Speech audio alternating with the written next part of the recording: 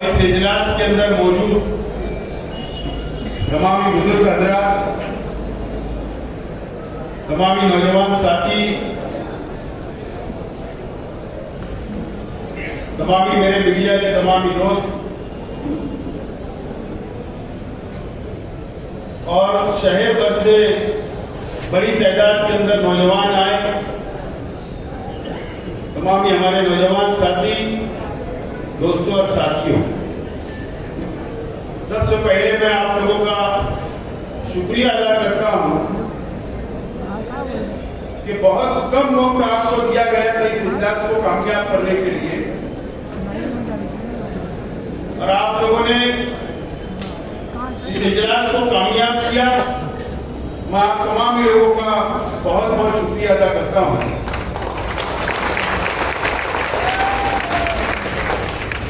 और जिन लोगों ने आज यहाँ पर पार्टी के अंदर शमूलियत ली, ऐसे तमाम ही हमारे साथियों का पार्टी के अंदर इस्तेमाल करता हूँ और उन तमाम ही साथियों से ये वादा करता हूँ, ये यकीन दिलाता हूँ कि आप लोग इत्मीनान रखें, जो वादा हम लोगों ने आपसे किया है और आप लोगों ने जो वादा हमसे किया है, इंशाअल्लाह उसको पूरा करने की हम पूरी कोशिश करेंगे। दोस्तों और साथियों, मिशन 2024 आपको मेरे पीछे नजर आ रहा है, बोर्ड के ऊपर लिखा है मिशन 2024 असेंबली। सितंबर के अंदर, सितंबर महीने में आचार संहिता डिक्लेयर हो जाएगी, महाराष्ट्र असेंबली के चुनाव डिक्लेयर हो जाएंगे और अक्टूबर में महाराष्ट्र के अंदर और कई राज्यों के अंदर असेंबली के चुनाव होंगे। और आज हम यहाँ पर इस इजलास के अंदर जो हमारे तमाम ही छोटे बड़े, तमाम ही हमारे सरपरस्त, हमारी बहनें जो आज हम यहाँ मौजूद है, यहाँ जमा हुए हैं, हम लोगों को असेंबली का जो मिशन हमारा अपना है उसका लाइमल तैयार करने के लिए, हमारा रूपरेखा तय करने के लिए, दिशा तय करने के लिए आज यहां पर हम सब लोग जमा हुए हैं। मुझे याद है कि 1996 में शेख रशीद साहब ने पहला आजाद इलेक्शन लड़ा, आजाद उम्मीदवार के तौर पर।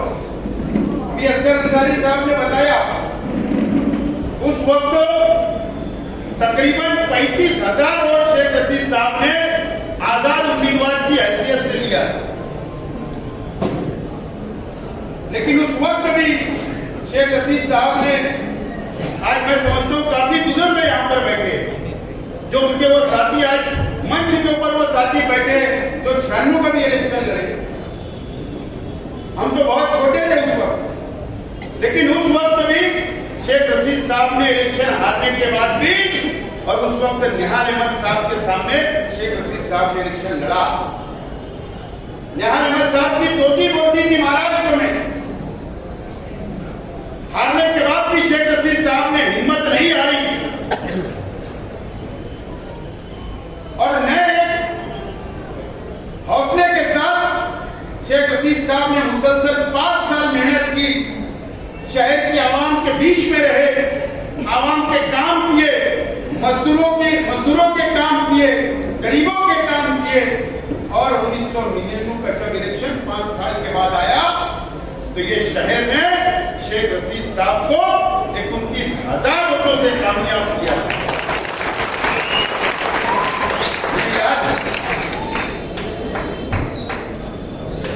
5 साल फिर शेख रशीद साहब को बहुत संघर्ष करना पड़ा, एक बहुत बड़ा अपोजिशन था, निहाल अहमद साहब अपोजिशन में, उनके वर्कर बहुत जाबाज थे उस वक्त, लेकिन शहर की आवाम ने दोबारा शेख रशीद साहब को मौका दिया 2000 2004 में दोबारा शेख रशीद साहब एमएलए बने। फिर 5 साल शेख रशीद साहब ने शहर की खिदमत, और उस वक्त भी शेख रशीद साहब का यही नारा था कि हम सिर्फ वो विकास के नाम पर, दौलत के नाम पर, तामीर व तरक्की के नाम पर वोट मांगेंगे। और आखिरी दम तक शेख रशीद साहब ने तामीर व तरक्की के नाम पर वोट मांगा। 2009 के अंदर शेख रशीद साहब इलेक्शन हार गए, डिमोलिशन हो गया। नदी के उस पार और इस पार का हल्का बढ़ गया, और एक मजहबी क्यादत शहर ने तस्लीम किया, मजहबी शख्सियत को, एक मुफ्ती को, एक आलिम को शहर में एमएलए बनाया।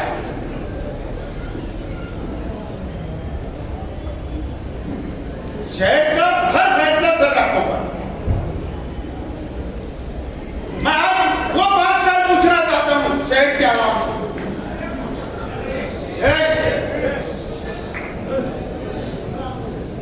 मैं शहर के आवाम से वो 5 साल पूछना चाहता हूं कि 2009 से 2014 तक ये शहर को क्या मिला, क्या डेवलप हुआ, क्या तामीर और तरक्की हुई, क्या वादे किए गए। अगर एक आम इंसान अगर नुमाइंदा होता, एक आम इंसान अगर एमएलए होता, अगर वो वादा करता, तो हम मान सकते थे कि सियासी लोग वादे से मुकर जाते हैं।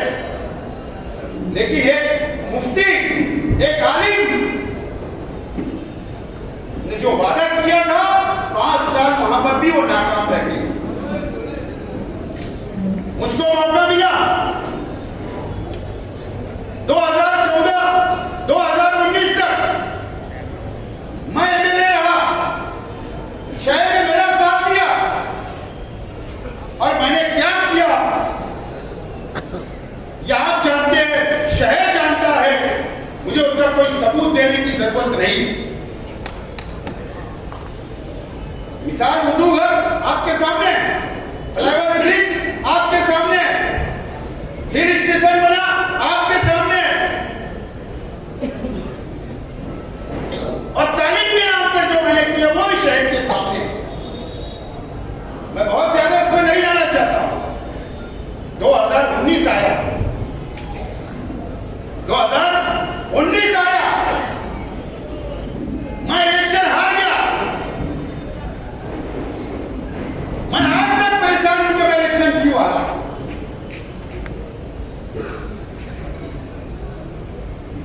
और मेरे अपने मुखालिफ में शहर के तमाम ही निगरान, चाहे उनकी एक कारपोरेटर की हैसियत हो, चाहे 4 कारपोरेटर की हैसियत हो, तमाम ही मेरे मुखालिफ निगरान एक मंच पर आए, एक मजहबी शख्सियत को दोबारा मौका दिया, एक मुफ्ती को दोबारा मौका दिया गया, एक आलिम को दोबारा मौका दिया गया, और मैं इलेक्शन हार गया, वो जीत गए। उस वक्त भी हमने हार को माना, और 5 साल आपके बीच में रहे, 5 साल आपकी खिदमत की हमने। ये 5 साल आपको सोचना है, शहर को सोचना है। मेरे हाथ में मैनिफेस्टो है, मुझे यकीन है कि मालेगांव शहर के अवाम बहुत बेदार है, सियासी तौर पर, समाजी तौर पर, दीनी तौर पर, तालीमी तौर पर बहुत बेदार है। यह मैनिफेस्टो है मेरे हाथ में। ये 2019 का एमआईएम का मुफ्ती मोहम्मद इस्माइल काफी साहब का मैनिफेस्टो है। इसमें 81 वादे किए गए थे, 81 वादे।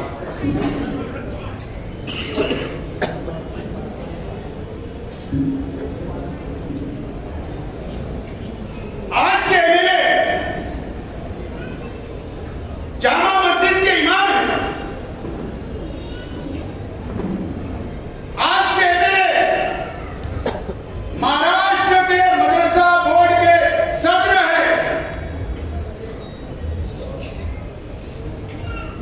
लश्कर वाली ईदगाह के इमाम है, दारुल उलूम देवबंद के रुकन है, जमीयतुल उलमा के सदर है, और ना जाने मुझे याद नहीं है कि कितने ओहदे मजहबी तौर पर उनके पास हैं। मैं माफी के साथ बोल रहा हूं, यह शहर दीनी तौर पर बहुत बेदार शहर है।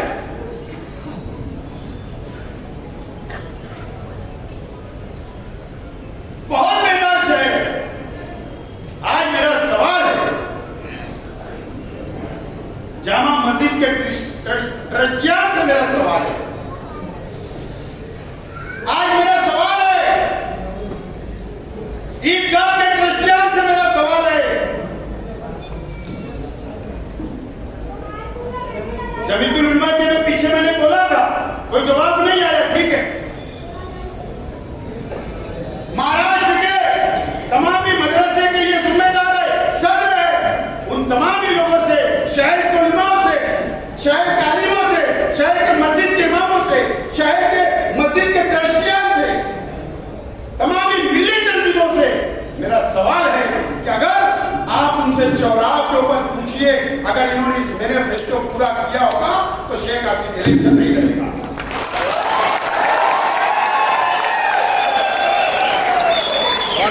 नहीं लड़ूंगा इलेक्शन, क्योंकि एक मुफ्ती का वादा था, अगर मुफ्ती झूठ बोल सकता होगा तो वो मुझको बोलते, और अगर ये बता दो कि एक मुफ्ती कभी झूठ नहीं बोल सकता तो वो मुझे बता दो और शहर को बता दो। उनके फतवे हम मानते हैं, उसी फतवे में चलते हैं। अगर कोई आलिम, कोई मुफ्ती ने फतवा दे दिया तो हम उसको मानते हैं, उसमें चलते हैं। और ये जो झूठ बोला गया इस शहर से 5 साल जो धोखा दिया गया, इसका जवाब कौन देगा? ये सवाल आज मेरा है।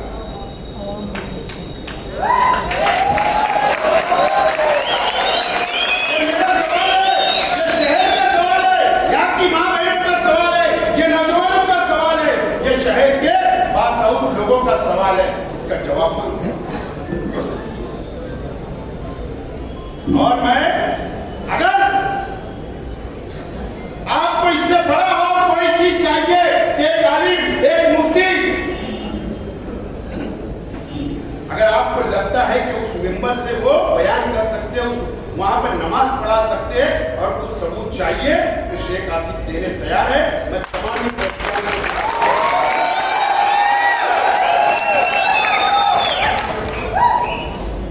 उससे भी मैं सबूत दूंगा। क्या मजबूरी है कि आप सवाल नहीं करते? क्यों ये शहर के बादशाह लोग सवाल नहीं करते? कब तक ये शहर को धोखा दिया जाएगा? कब तक धोखा दिया जाएगा? फतेह मोहम्मद साहब यहां बैठे, हाजी साहब, ये शाह बिरादरी के सबसे सीनियर, इन्होंने तंजीमें चलाई, आज तक सरपरस्ती कर रहे। इसी मैनिफेस्टो के अंदर वादा है, इसी मैनिफेस्टो। ये लोग तो मेरे साथ थे। क्या वादा है? शाह बिरादरी को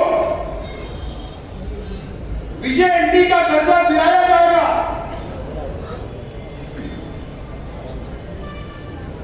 ये वादा इस मैनिफेस्टो के अंदर किया गया। ये मेरे पास उसकी कॉपी। मेरा सवाल है, क्या शाह बिरादरी को विजय एंटी का छठ टिकट मिला? क्या इन्होंने 5 साल में वादा पूरा किया? ये सबसे बड़ा झूठ है। ये 5 साल इन्होंने कुछ नहीं किया। मोहम्मद इस्माइल पास नहीं था। इसके अंदर ये शाह बिरादरी के जिम्मेदार किया। इनसे क्या वादा किया गया कि इनकी हिफाजत की जाएगी, मॉब लिंचिंग को रोका जाएगा। इसी के मैनिफेस्टो के अंदर बताइए कितनी मॉब लिंचिंग नुमाइंदगी की गई। ये मेरा सवाल है आप लोगों से भी, कुरैश बिरादरी से भी, शाह बिरादरी से भी मेरा अपना सवाल है। मैं आज इसके अंदर एक वादा था,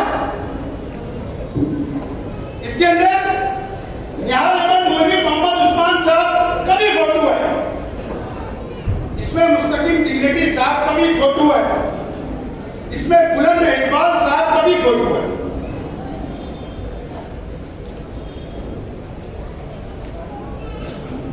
मेरा आज कल की जनता दल और आज की समाजवादी से मेरा सवाल है, यह मैनिफेस्टो किसने बनाया? कौन था? आप ही लोग थे ना, आप ही लोगों ने इलेक्शन लड़ा। इसके अंदर क्या लिखा है? साथी बुलंद इकबाल साहब के जो मौलाना अली मियां नकवी लाइब्रेरी के सामने जो सेंटर है बुलंद इकबाल साहब के, वहां पे रोजगार के ट्रेनिंग सेंटर, ट्रेनिंग दी जाएगी, मुस्लिम नौजवानों का सरकारी नौकरियां दी जाएगी, ये वादा है। अल्लाह जन्नत नसीब करे बुलंद इकबाल साहब को। अगर आप चल रहे हो और नहीं तो इसका भी जवाब आपको देना पड़ेगा।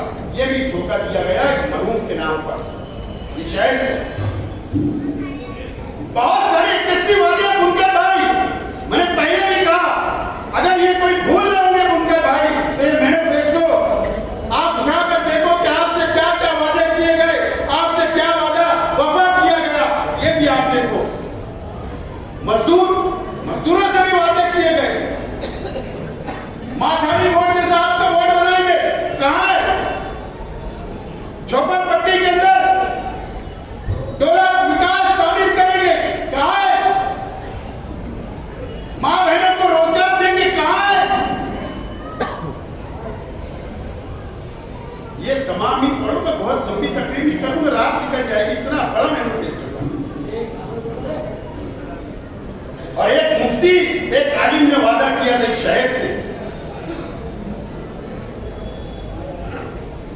आप मुझे बताओ, मैं पूछना चाहता हूं लोगों से कि इमाम के 2 एमएलए आए, एक फारूक शाह साहब, वो उनके हल्के में क्या कर रहे हैं शहर और वहां के लोग देख रहे, मुझे कुछ नहीं बोलना। मुफ्ती मोहम्मद इस्माइल कासमी साहब, आप ये बताओ कि आपने 5 साल, आज भी, आज 12 तारीख है, जुमा का दिन है, आज महाराष्ट्र के अंदर एमएलसी, क्या बोल रहा हूं, एमएलसी के चुनाव हुए, 11 सीट के 12 उम्मीदवार थे। ईमानदारी से बोलना, जामा मस्जिद के मेंबर पे खड़े रह के बोलना, आपने किसको वोट किया?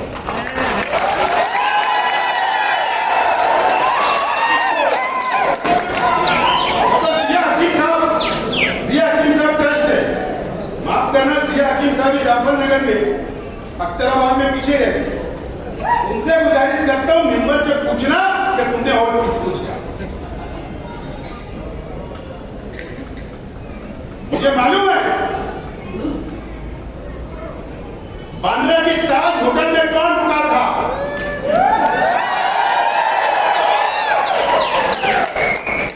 आज भी आपने सेकुलर पार्टी को वोट नहीं दिया, फिरका परस्त पार्टी को वोट दिया, आज भी आपने। ये हमको समझता। इससे पहले जो चुनाव हुए राज्यसभा का, एमएलसी का, वो तो वीडियो बताया था तगड़ू आईपी में। इस वक्त भी आपने फिरका परस्त पार्टी को वोट दिया, ये तो मेंबर से बताना। आपने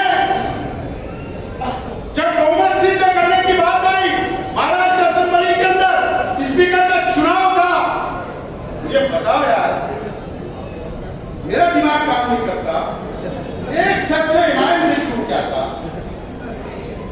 कुलाबा की ताज रेसिडेंसी में जो होटल है, वहां पर वजीर आला से मिलने जाते हैं, और बाहर जब नासिक का एक कुलकर्णी नाम का पत्रकार है, एबीपी माझा का, वो उनसे सवाल करता है, शायद नाम भूल रहा हूं लेकिन एबीपी माझा का है, उसने पूछा कि आप यहाँ क्यों आए थे, क्या बोले पता है, वजीर आला साहब से मैं मिलने आया था, मैं हज पे जा रहा हूं, उनको गलत फहमी ना होना।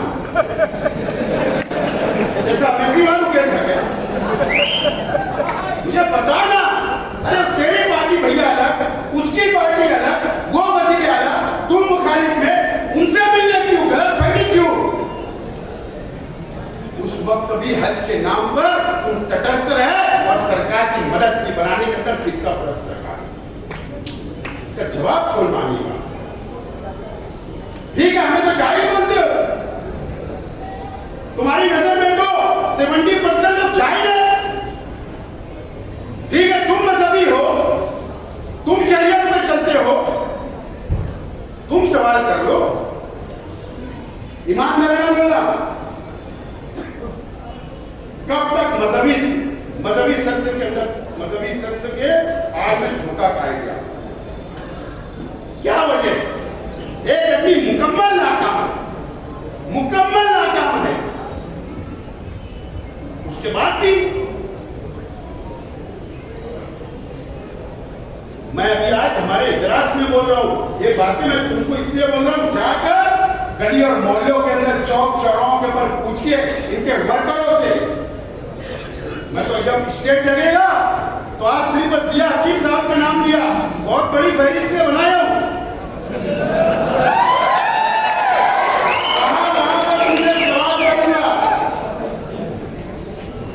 अगर आपका ज़मीर जिंदा है, अल्लाह का खौफ है, और आप अगर मजहबी मुकामात के ट्रस्ट हो, जिम्मेदार हो, तो आपको पूछना पड़ेगा, सवाल करना पड़ेगा।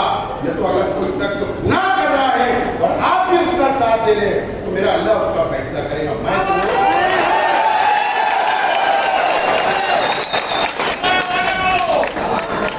इसका मैं पोस्टमार्टम आगे करूंगा, इसका पोस्टमार्टम मैं जरूर आगे करूंगा।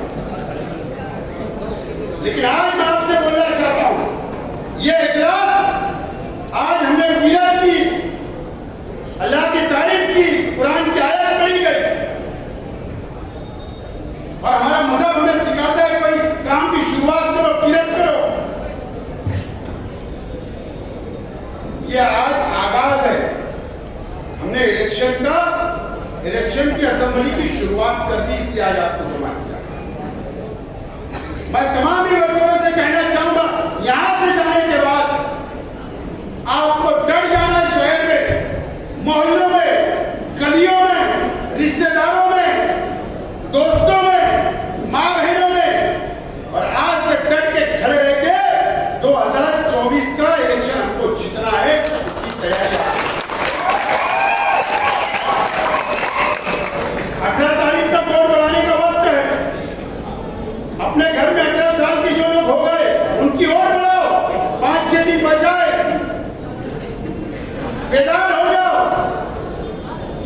लड़ने के लिए तैयार हो जाओ। और इलेक्शन अभी मुहर्रम के बाद ताहिरा शेख अजीज साहबा की क़यादत में अभी एक गाजिया मौलवी साहब भी आ गए, कई ऐसे मुकर्रिर अनीस सदर साहब है, कई लोग हैं हमारे मुकर्रिर है। एक हम मजबूत टीम तैयार करें, और मुहर्रम के बाद हमारी माँ बहनों को भी इस मैनिफेस्टो और इनके काले कारनामे बताने की शुरुआत हम लोग करने जा रहे हैं, गली। आप तमाम ही लोगों से कल जिनको मीटिंग लेना है, लेडीज मीटिंग करना, 50 की हो, 100 की हो, 200 की हो, 500 की करो, 50 की हो तो बुलाइए, हम सब आएंगे और हम मीटिंगें लेंगे, और जहन साजी करने का काम आज हम लोगों को शुरू करना पड़ेगा। आप लोगों को ऐलान कर रहा हूं कि आज से हमको छूट जाना है, कोई आगे पीछे पलट के देखना नहीं है। शेख रशीद साहब ने हमको बहुत कुछ सिखा के गए, और अल्लाह का करम है, इतना खजाना मालूमात का दिए है, इतनी टेक्निक दिए है, इतने हिकमत अमली करने के तरीके बता के गए, हर उनके काम, उनकी हिकमत अमली को जो उन्होंने सिखा के गए, हमको लेकर आगे बढ़ना है, और इंशाअल्लाह हम लोग जीतेंगे।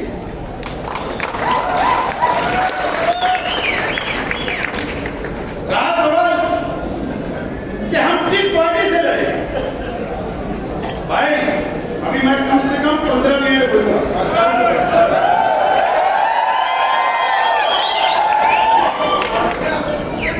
2020 खेलना बाकी है।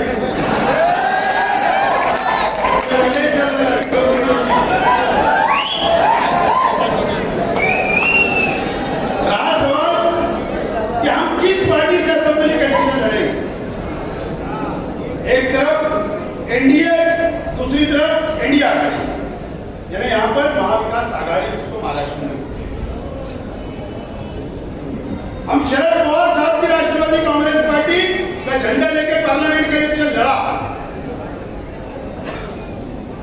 जाहिर सी बात है, कई लोगों के जहन में सवाल है, कई लोगों के जहन में सवाल है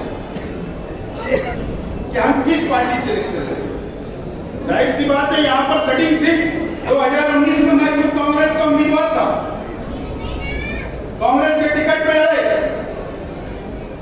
लेकिन हमारी पार्टी हमने तब्दील कर दी। अब सटिंग सीट है तो कांग्रेस भी मांगेगी एक सीट हमको ही चाहिए, राष्ट्रवादी भी मांगेगी हमको ही चाहिए, समाजवादी भी महाविकास आघाड़ी में है, वो भी बोलेंगे हमको ही दो, क्योंकि अखिलेश भैया आ रहे, क्यों आ रहे अखिलेश भैया, सीट मांगेंगे, वो भी मांगेंगे। अब शिवसेना उद्धव ठाकरे भी है, ठीक है, वो तो नहीं मांगेंगे, लेकिन 3 पार्टियां मांगेंगी।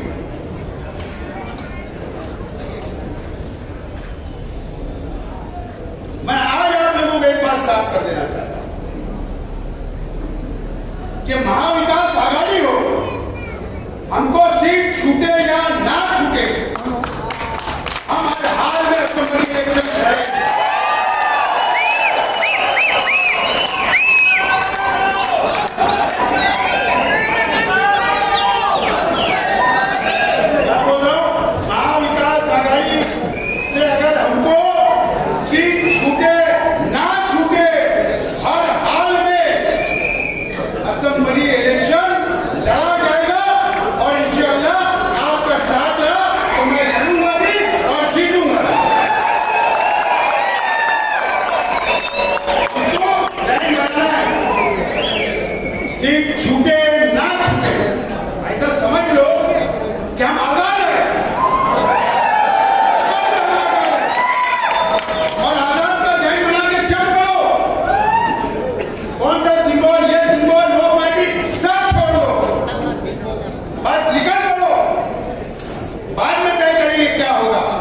लेकिन आज ये जहन बनाकर कि सीट छूटे ना छूटे, हर हाल में इलेक्शन लड़ना है और वो तैयारी करके हम लोग आगे बढ़ना शुरू करो।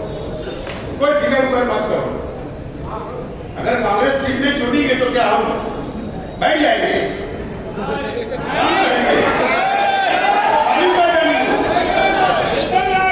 चाहे इसको बगावती सूर बोलो, क्या आघाड़ी का धर्म का मैं पालन नहीं कर रहा वो बोलो, जिसको जो समझना हो समझे,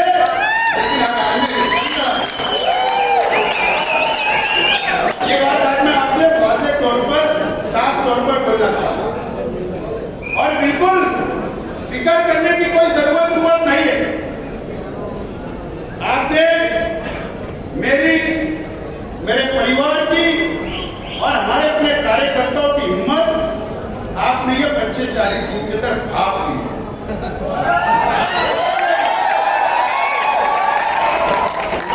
ये 45 दिन में तो खास तौर से भाप ली।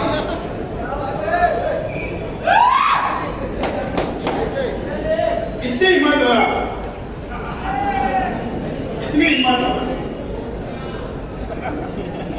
मैं भी महाराष्ट्र असेंबली का मेंबर रह चुका हूं। मुझे याद है कि जब मैं मेंबर असेंबली था, हाउस में बैठता था, तो जब दाऊद इब्राहिम का नाम बीजेपी के लोग लेते थे, मैंने सुना मेरी कानों से, लेकिन पहली मर्तबा शेख आसिफ का नाम असेंबली के अंदर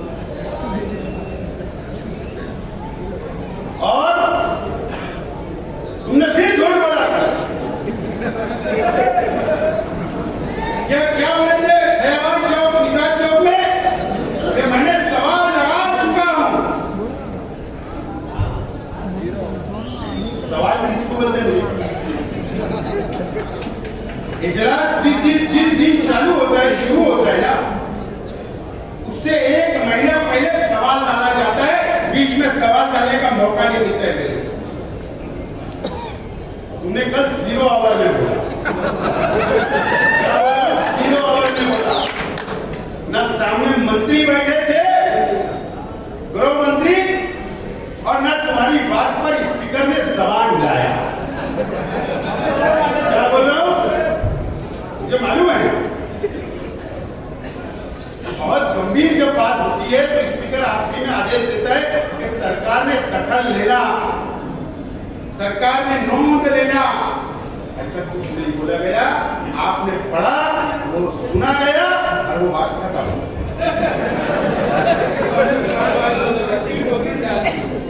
और दखल लगा लो।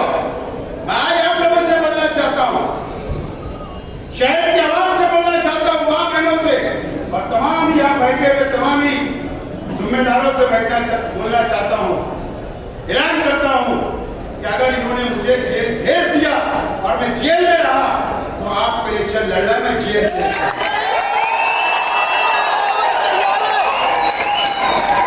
अगर इन्होंने जेल भेज दिया तो भागूंगा नहीं, जेल जाऊंगा, वहां से नॉमिनेशन करूंगा और आपको इलेक्शन लड़ना है, शहर को इलेक्शन लड़ना है और जेल में से बैठकर आपको मुझे जिताना है और मुझे उम्मीद है कि आप मुझे सोच रहे हो कि इनको जेल में डाल दो तो ये कह जाएंगे मैं बेवकूफ इंसान हूं।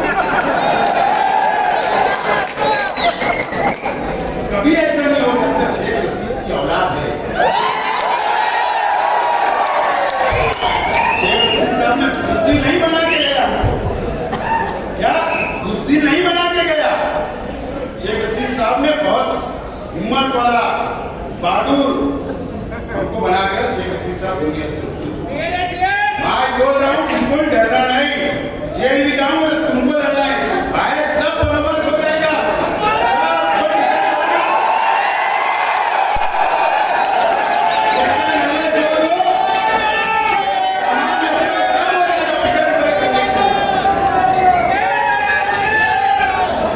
टिकट करने की जरूरत नहीं, बस लड़ना है। मैं सुना कि आज जलसा है शहर में कई मुफ्ती साहब, अब मुझे बताओ, ये शहर की लाखों और इस महाराष्ट्र की लाखों आवाम ने अपनी आंखों से देखा और पुलिस के रिकॉर्ड पर है, कोर्ट के रिकॉर्ड पर है कि क्रॉस फायरिंग हुई, वीडियो है। सरकार बेवकूफ है क्या? क्या आप पुलिस को बेवकूफ समझते हो क्या? क्या मैं असेंबली के अंदर बोल दूंगा, एक बाजू बोल दूंगा, दूसरी बाजू पता नहीं रहता। वहां बैठे हुए लोगों को पुलिस डिपार्टमेंट रिकॉर्ड करता है, सब वहां पर ऑनलाइन जाता है। अगर आपको बोलना था ना, ईमानदारी अगर आप में होती, अगर आप पैमान नहीं होते तो आप दोनों बात बोलते कि दोनों का इंक्वायरी होना चाहिए। आपने वैसा नहीं होगा, आपने वन साइड, ठीक है, आपको मुबारक। ऐसे आपकी डिमांड करने की कोई हमको जरूरत भी नहीं, ना तुम्हारी कोई हमको मदद की जरूरत। तुमसे पहले मैंने लेटर बहुत काले कर दिया, दिल्ली के लिए गया था। स्पोर्ट्स मिनिस्टर से मिलने का एक बहाना था, 2 दिन ऐसे ही मुकाम करेगा।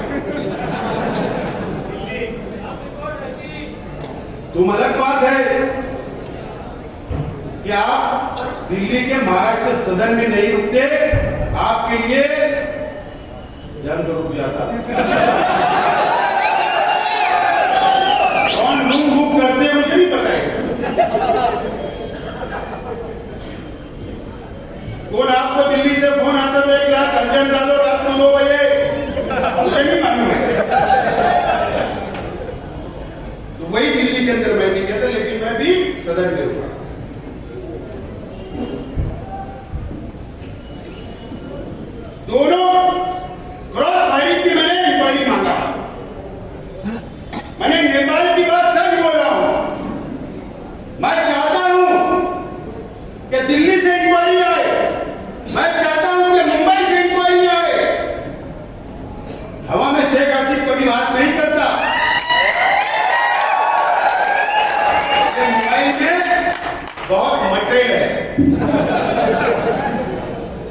मोबाइल में सिर्फ लड़कियों से बात करने, औरतों से बात करने नहीं है ये।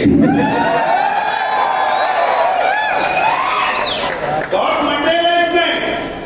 मैं चाहता हूं इंक्वायरी आए, चाहे मरकजी हुकूमत की आए, चाहे महाराष्ट्र हुकूमत की आए, और मैं चाहता कि मुझको बुलाया जाए इंक्वायरी के लिए कि आपने लेटर दिया, आपने डिमांड की, नेपाल की बात की, तो आपके पास क्या सबूत है? सिर्फ मेरे से ये पूछे, मैं इंतजार कर रहा हूं। ये पुलिस को सबूत दूंगा, फिर पुलिस को सबूत दूंगा जब समझ में आएगा। मैं आगरा 2-3 दिन जाना हुआ मेरा, शाहजहां ने मुमताज के लिए ताजमहल बनाया।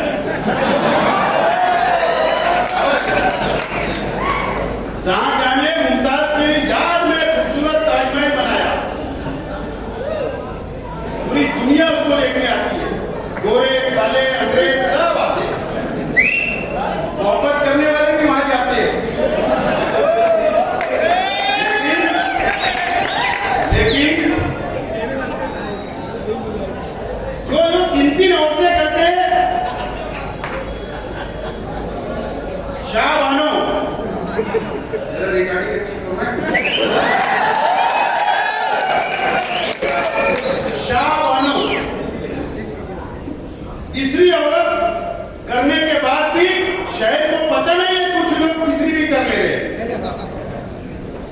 शहर को पता नहीं, और ना जाने किसको किसको पता नहीं है, लेकिन शेख आसिफ को पता है।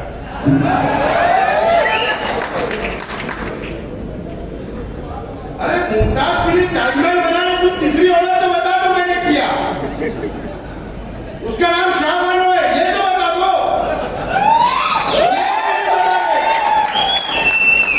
और इससे आगे कुछ बोलना होगा, अगर उधर से जैसे सवाल आएंगे वैसे जवाब दूंगा। अभी सिर्फ ये और टेलर देके छोड़ रहा हूं, ये टेलर देके छोड़ो। शाहबानो, रात जिम्मेदारी बोलो, रात भर नींद आएगी,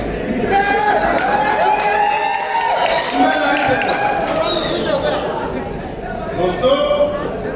मेरे पास ना ऑडियो रिकॉर्डिंग है एमएलए की नहीं है, एमएलए के ताल्लुक से 2 मेरी प्यारी प्यारी बहनें बात कर रही हैं, लेकिन मैं सर नहीं सोच रहा हूँ, नहीं सोच रहा हूँ।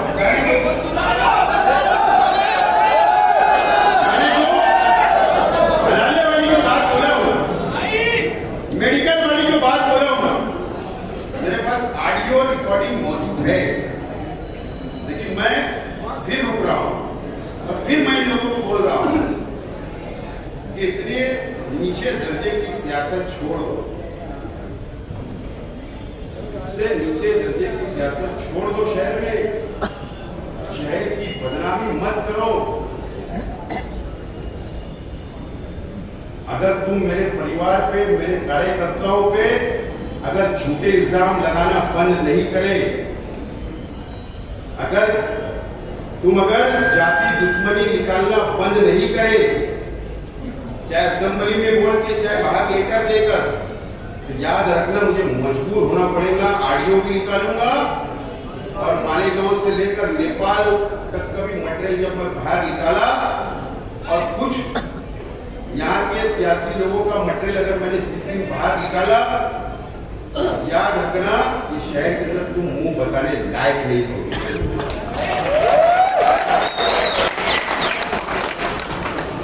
मुंह बताने लायक नहीं रहोगे तो इलेक्शन क्या लड़ोगे? सब मेरे पास मटेरियल, क्योंकि मैं इस शहर का यहाँ पैदा हुआ, इस शहर से प्यार करता, ये मस्जिद और मीनारे शहर को बदनाम नहीं होने देना चाहता, इसके लिए मैं रुक रहा हूं। और मैं क्रॉस फायरिंग के भी बहुत सबूत है। कौन सा तड़ीपार आदमी मनमाड़ से यहां था उस दिन, उसके फोटो भी है, उसका नाम सब है। लेकिन मैं यह मानता हूं कि कोर्ट फैसला करेगी पुलिस इंक्वायरी करेगी, पुलिस को जो सच होगा वो करे। आप क्या समझते हो मेरी इंक्वायरी नहीं होती? आप क्या समझते हो? इन्होंने तो कल बोला मेरी तो 1 हफ्ते से इंक्वायरी चल रही है।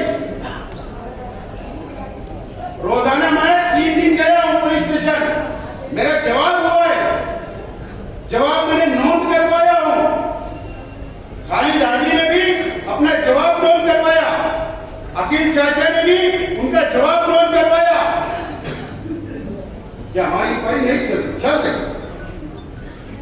लेकिन पुलिस को अगर लगता है कि हम मुजरिम हैं तो कार्रवाई करें, लेकिन सबूत बताएं, सबूत बताएं, सबूत।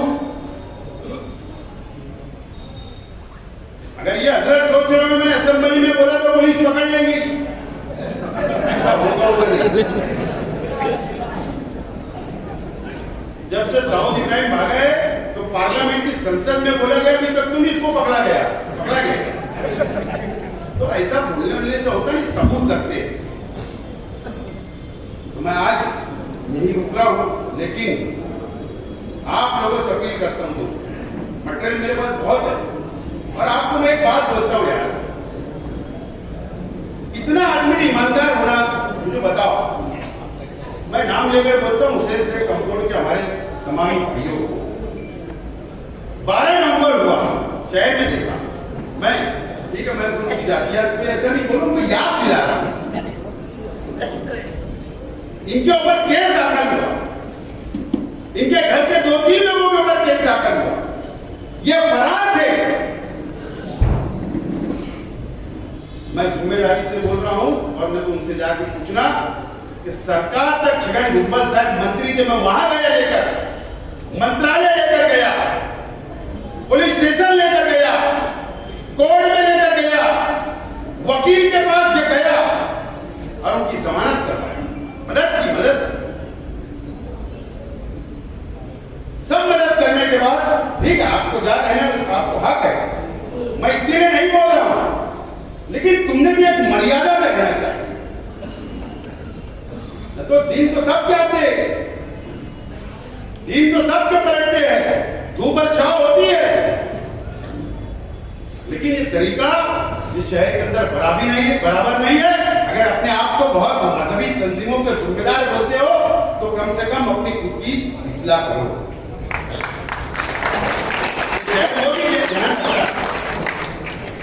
खुद की इस्लाह करो। लेकिन मुझे इस टाइम मैं शेख रशीद साहब के ताल्लुक से आखिरी बात बताऊंगा। मुझे बताओ इस मंच के ऊपर हर समाज, हर बिरादरी, हर मसलब के लोग बैठे हैं, यहाँ पर भी बैठे हैं। शेख रशीद साहब ने हर जात, हर धर्म, हर बिरादरी, हर मसलब, हर गरीब अमीर सबको साथ लेकर चला और उन्होंने अपनी जिंदगी में सबके काम आए और सबका साथ दिया, सबकी मदद की, सबके मसाइल हल किए, कभी भेदभाव नहीं शेख रशीद साहब ने।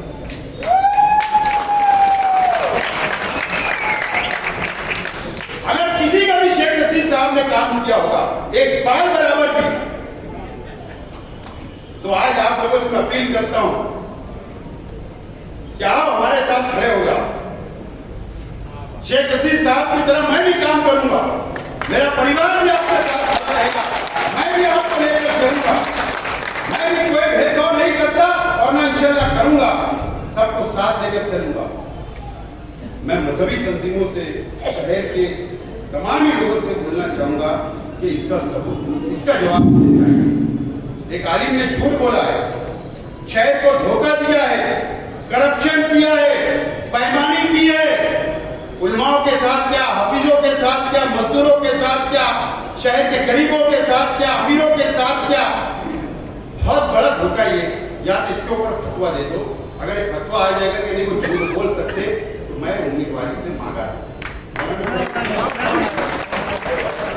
नहीं तो ये चलता रहेगा। और ये कब तक चलेगा, कब तक? कहीं तो इसको रुकना चाहिए। बस यही गुजारिश है कि आज हमारा ये जो मिलावा है, ये इजलास है, ये हमारे जाबाज कार्यकर्ताओं का, बहुत जाबाज हो आप, एक